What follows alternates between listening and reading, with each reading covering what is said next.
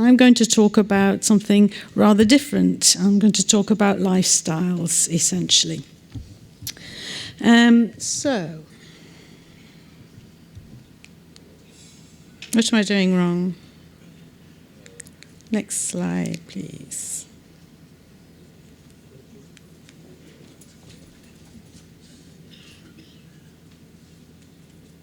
Oh, where have I got? Oh, fine. So I'm going to talk about lifestyle. I'm going to talk about diet. I'm going to talk about things like exercise, general health. And I'm also going to talk about smoking. Now, much of what I'm going to say is based upon evidence that we ourselves have collected in Leeds, and I'm going to talk about work done by others worldwide interested in things like how important are the bugs that you have in your bowel. I have to say that this is early days for understanding the effects of the environment, and in the end, everybody wants to know what they should eat and how should they live for better health. And we have some guesses, really, as to what the best advice is. It's not yet proved, it's early days, but the evidence is nonetheless quite fascinating and somewhat exciting, really, in terms of the control that we all might have over our own health afforded to us by the way we live. So first of all, to say that, as you all know, melanomas look different, and they are different. They're different biologically. So these are all primary melanomas that have a different prognosis and different biology. So that means that the genes that have been changed in order to cause these melanomas are really quite different. And when someone's diagnosed with a primary melanoma, then the prognosis is estimated using the AJCC staging system, as you all know, which has just been updated. It's now the 8th edition that we use. And what essentially the AJCC staging system does is it endeavours to understand the biological, or find ways of measuring the biological differences between tumours which predict whether those tumours are going to spread or not. So that the staging is based, as you know, on the thickness of the melanoma, how many dividing cells that you can see in the tissue called mitotic rate, and whether you've got a positive sentinel node or not. And for more advanced disease, which particular organs have been involved, and what the blood level of something called lactic dehydrogenase is in your blood. And basically, we clinicians put all of these together, usually in the multidisciplinary team meeting, and gives the best estimate of the chance of that melanoma causing further trouble. And on the basis of that staging, then treatment can be planned, whether or not you should contemplate, for example, having adjuvant therapy, which we've heard a lot about today. However, there are other things that make a difference. So I've got thickness, mitotic rate, and ulceration, which I omitted to mention before.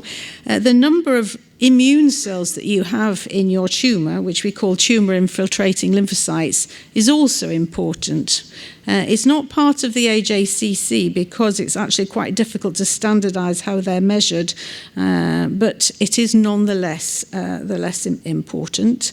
So staging is very important. What treatment, of course, that you have ultimately is important. But there are, as I said, other things. So age is important.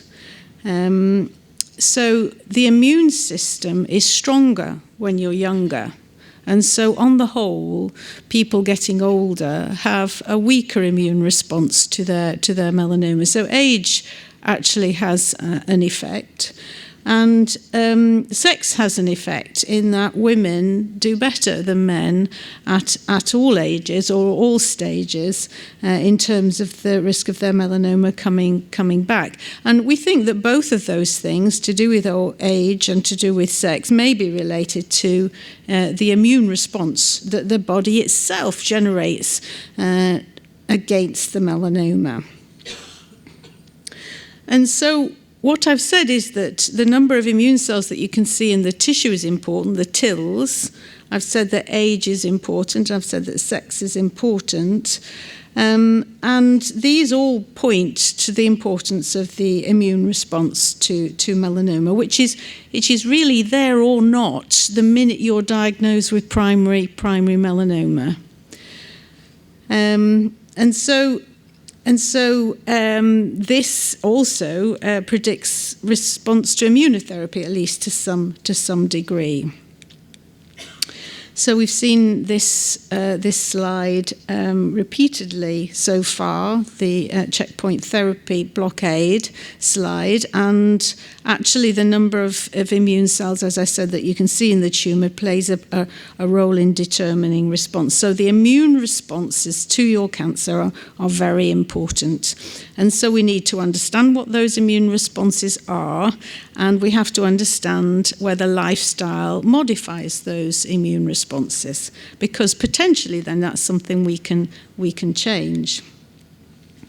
So immune responses to cancer are carried out by immune cells called lymphocytes. And it's a bit like a battle that the soldiers, the lymphocytes, go in there, and many cancer cells are killed by those immune cells even before anyone's had any treatment.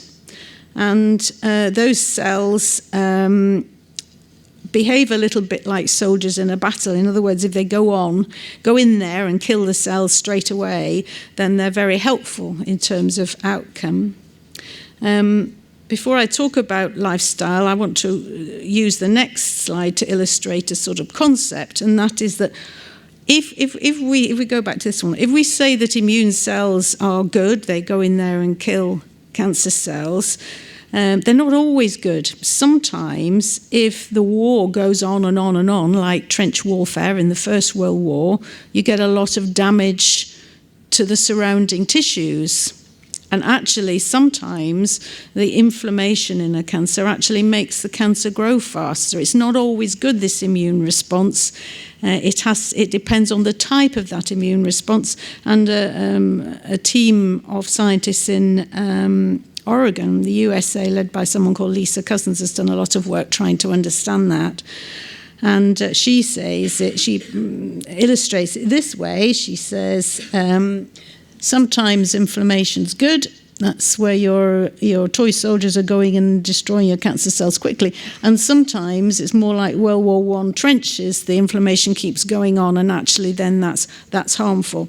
So we became interested in trying to understand what makes this happen. Is it just the nature of the tumour itself, or could it be how we live?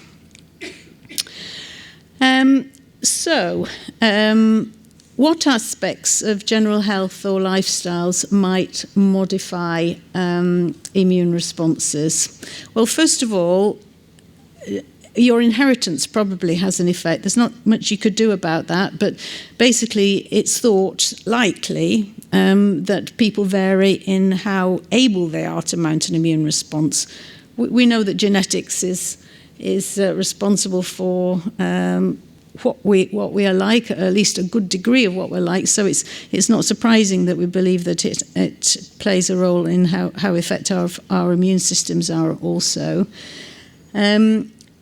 Drugs do have an effect, and so actually drugs that suppress the immune system, not surprisingly, have an effect. So patients who develop a melanoma after an organ transplant, or kidney transplant, for example, are more likely to have further trouble with their melanoma because their immune system has been deliberately damped down so that they don't reject their kidney.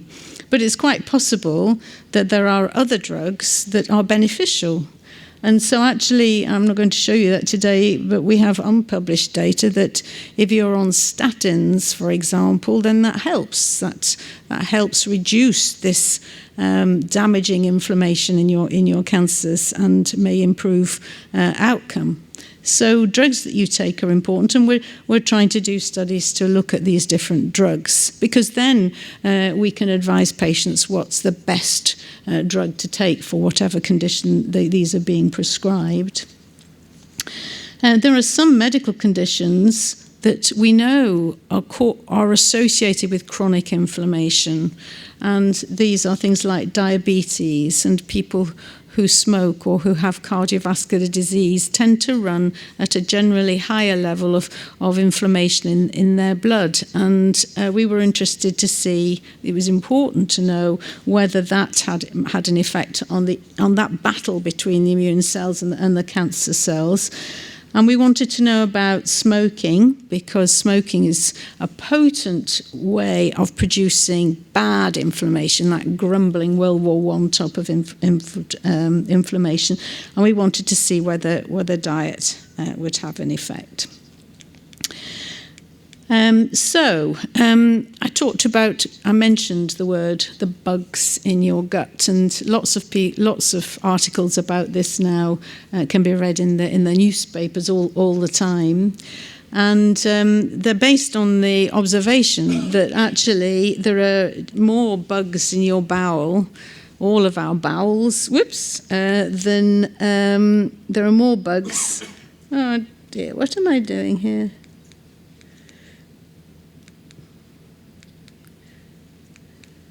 There we are, finally. There are more bugs in our bowels than cells in our body.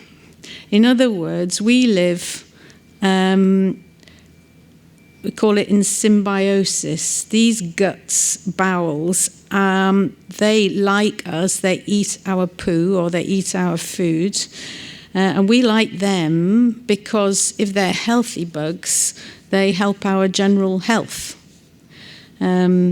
And what has happened in recent years is that it has become evident that everyone's gut bugs differ in relation to things like diet, and these bugs have potent effects on many aspects of health. This is completely unexpected. If you would tell all of us, Paulam there, that 15 years ago that actually these were important in whether or not patients respond to drugs you're giving them, we wouldn't have believed them. It's a huge revolution. And essentially, these bugs play an important role, and they are determined by things like diet. So at the bottom there, you can see that I've said that diet, that red meat has an effect. So essentially, the more meat you are, then probably the poorer your gut bugs are. People who have very high fibre diets, people who are vegetarians, have a better bug environment. And there's a whole literature on things that might make it better. So fermented foods like miso, that's in many Japanese recipes, improves the quality of your bugs. And notably, antibiotics are very harmful for your bugs. Now, these are huge generalizations because everyone's bugs are different, but the data seems strong that all of these things are true. Now, this is a slide from a recent publication, and what it aims to do is to show the effects that these bugs can have on your bowel. And essentially, these differently coloured blobs are meant to represent good guys and bad guys, and this is supposed to represent the different aspects of a cancer's growth that might be modified by these bugs. In essence, it is thought that some bugs help the cancers to grow and others suppress the growth of those bugs. The broad principle being that the more good bugs you've... Good jet lag doesn't really do much for that good bugs thing. Good bugs the more of those good bugs you have, the better. And the balance between good bugs and bad bugs is determined by things like the foods you eat and whether or not you've had antibiotics. So this is another cartoon I filched from the literature. And this perhaps described it a little bit better. This was based on animal experience, but this applies to human beings. So here on the left, you've got a cartoon they've drawn of the lining of the gut. These are the cells in the gut. And this pink area here is the slime, the mucus that lines the gut. And here are lots and lots of bugs, different colours. And the yellow ones are the baddies, which are capable of invading the bowel. And the green and the red ones are it says at the bottom, these are a mixture of good and bad bugs. But these are people who are on a lots of fibre, and they've got an intact gut lining, and they've got lots of mucus, and they've got lots of mixed bugs. This is from animals with very low fibre intake. And you can see that actually those bad guys, those bad bugs are actually invading the gut. And the bottom line is that the more mixed good bugs you have and the more mucus, then the better the outcome. So the bad bugs reduce the amount of mucus that you have, and they reduce the amount of good fatty acids that get into your bloodstream. And sugar levels also diminish those good proteins that can be absorbed. So it's a very complicated business, but you are not on your own. You're accompanied by all of those bugs, and what you eat and how you live makes a difference. And this was shown by two papers reporting back-to-back. These were reported in the literature as showing that the bugs that you have determine whether you do well, at least in part, whether you do well or not with checkpoint blockade or immunotherapy.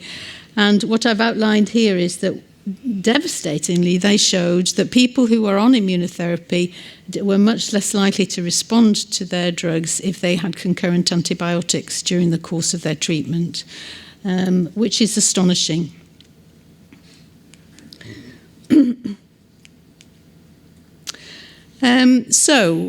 I said that we'd done some work on that. I talked about age, chronic medical conditions, smoking and diet. What did we see? So basically we did a study in the Leeds melanoma cohort, and we were looking at things that we know reduce inflammation, because as I said, we thought that systemic inflammation might play a role. And so we looked at vitamin D, which higher vitamin D levels are associated with reduced systemic inflammation.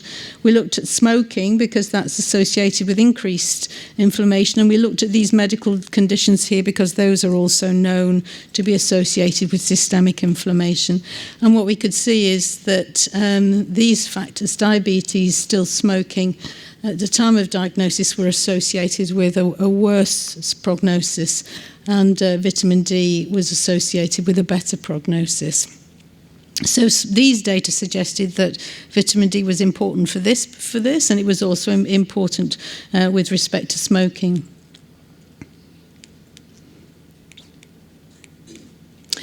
In fact, as I mentioned previously at this meeting, the Scientific Advisory Commission of Nutrition advised that all of us in this country should be on a small supplementary or oral dose of vitamin D, because, as you may have observed, it often rains here and we don't get quite as much sun as is ideal for vitamin D synthesis. So actually what it means is that we should take advice from that's applicable to the whole population. We're not saying take more than that. We're saying avoid deficiency by taking a modest dose, and they're suggesting 400 international units of vitamin D3 per day. You can get this in other ways.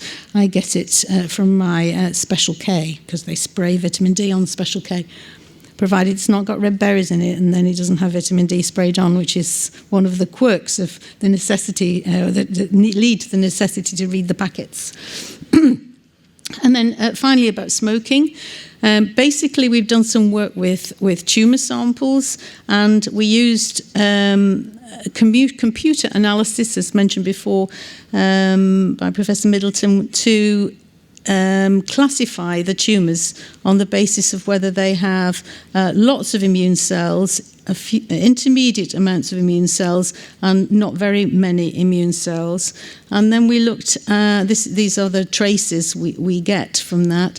These are all the genes that are up or down regulated in the method which is used to devise these different subgroups.